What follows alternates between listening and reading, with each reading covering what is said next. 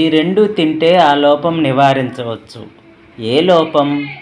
చిన్న చిన్న పనులకు అలసిపోతున్నారు కదా, గమనించారా మీరు ఎప్పుడైనా?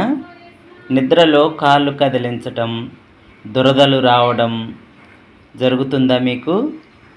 కళ్ళు మంటలు పుట్టడం, ఎర్రగా మారడం, కళ్ళు దురదలుగా రావడం, నాలుక మంట పుట్టడం, జుట్టు రాలిపోవడం, చర్మం పాలిపోవడం జరుగుతుందా?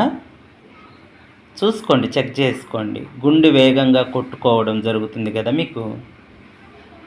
శరీరం బరువు పెరగడము, శరీరం చల్లగా అయిపోవడము, శరీర ఉష్ణోగ్రతలో మార్పులు జరగడము, వీటికి కారణం ఐరన్ లోపమే.